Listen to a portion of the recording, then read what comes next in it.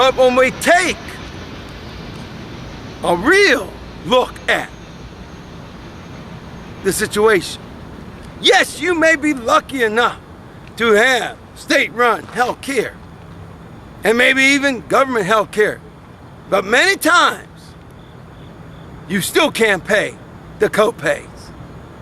So when people say we can't have a public option plan, and lately there's been a lot of town hall meetings and a lot of misinformation out there, America, but the reality is, if we do not start having a public option, and if we do not get a health care reform bill passed, let me tell you who will pay the ultimate cost. Let me come in a little bit for that.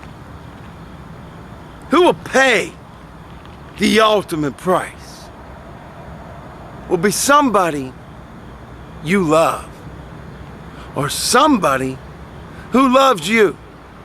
You see, the truth is, the politicians in America ain't gonna tell you all what's going down. The news media outside of public access ain't gonna tell you what's going down. Pretty much nobody, except a few and the brave patriotic Americans. But the truth is, you, that's right, you will be the one paying the price. Because you see, someday in your life, you may have good health care now, you may even be wealthy, but someday in your life, chances are either you or your family member is gonna get a dreaded disease, maybe a terminal one. And if they don't have adequate health care, or you don't have adequate health care, you're gonna die. That's pretty blunt, isn't it? It's not blood, but it's blunt.